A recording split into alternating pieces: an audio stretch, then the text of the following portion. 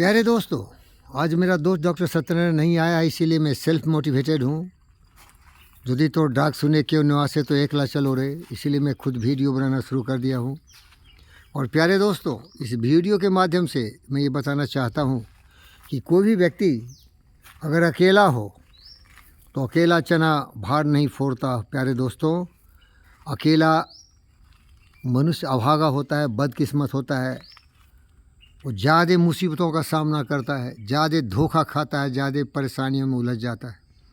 मेरा ही उदाहरण लीजिए। मैं चाहता था कि जिस तरह से ये आश्रम बना हुआ है, ओम शांति आश्रम, इसी तरह से हज़ारों जो हमारे बीबी नगर के निवासी 27 गांव हैं, उन सबों के लिए मैं इस कंस्ट्रक्शन मटेरियल का एक व्यापार शुरू करूं, जहां कि उनको सीमेंट मिले, उनको सरिया मिले, सीक मिले, उनको जितने भी आइटम है कंस्ट्रक्शन के सब मिल जाए। दरवाज़ा मिले, चौखट मिले, रेफ्रिजरेटर मिले, फ्रिज मिले, बेड्स मिले, जितने भी घर के लिए जरूरी है सब कुछ। मैंने चाहा कि एकलव्य टेनिस आश्रम में उसके लिए एक साधन का एक न्यू मार्केट खोल दूँ। शुरुआत मैंने सीमेंट से किया, ज़मीन जायदाद कुछ बेच दिया और लेने वाले थे डॉक्टर सत्यनारायण। मेरी बीवी बच्चे ने बोला मुझे कोई इसमें इंटरेस्ट नहीं है, कोई उनका इसमें इंटरेस्ट नहीं था। उन्होंने बिल्कुल पैसे भेजते रहे, सत्यनारायण से लेता रहा मैं, लेकिन वो फ्रॉड निकला। वो गद्दार का नाम था आशीष द्विवेदी। वो नालायक कमीने कुत्ते, बदतमीज़ धोखेबाज ने मुझे धोखा दिया। और उसकी एक रखेल थी रंडी, वो रंडी का नाम था आयुषी। सब फेक नेम था। अल्ट्राटेक कंपनी का कुछ भी नहीं था, फेक था। वो भी मुझे धोखा दिया, मुझे पिता परमेश्वर समझा। और आशीष मुझे आशीर्वाद देता रहा, मैं लुटता रहा, बिकता रहा, करकता रहा, तड़पता रहा, आज भिखारी बन चुका हूँ। सारे पैसे उसने ले लिए। मैंने क्राइम ब्रांच साइबर में उसके खिलाफ FIR लॉन्च किया। लेकिन गंभीरता को समझिए, मैं धोखा क्यों खा गया?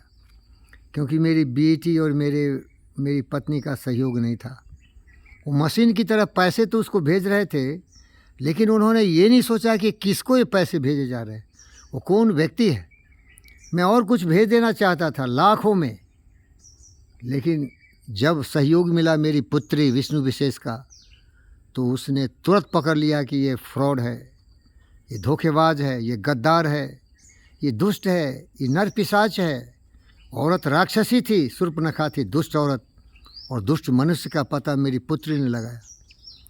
सत्यनारायण हमें पैसे देते रहे, लेकिन पता नहीं किया कि भाई किसको दे रहे हो। सारांश यही है कि अगर तुम अकेले हो तो अकेले कितना भी काबिल हो, तुम मूर्ख रहेगा, परेशान रहेगा, अभागा रहेगा, बदकिस्मत रहेगा।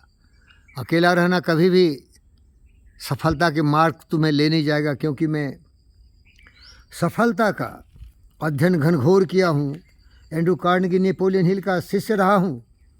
और उन्होंने कहा था अगर सफल होना चाहते हो तो लक्ष्य का निर्धारण करो, एक सही लक्ष्य हो, और फिर योग्य व्यक्तियों की संगति चाहिए, मास्टरमाइंड अलायंस चाहिए। आत्मविश्वास के साथ कठोर परिश्रम करोगे, गहराई तक उतरोगे, तभी सफल होगे। तो मेरी विफलता और मेरे बैंकरप्सी का आधार था कि मैं अकेला रहा। मैंने अपने गुरुदेव मानव रत्न डॉक्टर GV कृष्णा रेड्डी से सहयोग भी नहीं किया, क्योंकि मुझे बता दिए थे कि वीरेंद्र तुम तो बुद्ध और विवेक हो, तुमसे बिजनेस नहीं हो सकता है। लेकिन मैंने कभी भी किसी के सामने घुटने नहीं टेका, और मैं सोचा कि मैं ऐसा बिजनेस करूंगा जहाँ की सेवा की भावना होगी, लोगों के लिए काम करूंगा। पैसे हमारे लक्ष्य नहीं होंगे, मैं एक्स्ट्रा माइल जाऊंगा। प्यारे दोस्तों, तो इसे याद रखो, अगर तुम बदनसीब हो, যদি তোর ডাক শুনে কেউ না আসে তবে একলা চলো রে, তবে একলা চলো, একলা চলো, একলা চলো, একলা চলো রে। যদি তোর ডাক শুনে কেউ না আসে তবে একলা চলো রে। वो भागा, एकला चलो रे। बदकिस्मत हो, विफलताएं अवश्य आएंगी, परेशानियां भी आएंगी, तुम कभी सफल नहीं हो सकते। एक उदाहरण देता हूँ। अगर कोई नर और नारी अकेले हो और चाहे कि मैं पुत्र और पुत्री पैदा करूं, कर सकता क्या? असंभव है। एकता चाहिए। नर नारी जब संभोग करेंगे तभी जाके प्रजनन होगी, और तभी जाके सृजन होगा। तो ज़िंदगी में अगर सृजन चाहते हो तो पति पत्नी की तरह संभोग करो, लेकिन अगर मस्टरबेशन करोगे तो तुम दुर्भाग्यशाली व्यक्ति, कुकर्म ही कहे जाओगे। सफलता तुमसे हज़ारों कोस दूर रहेगी। धन्यवाद।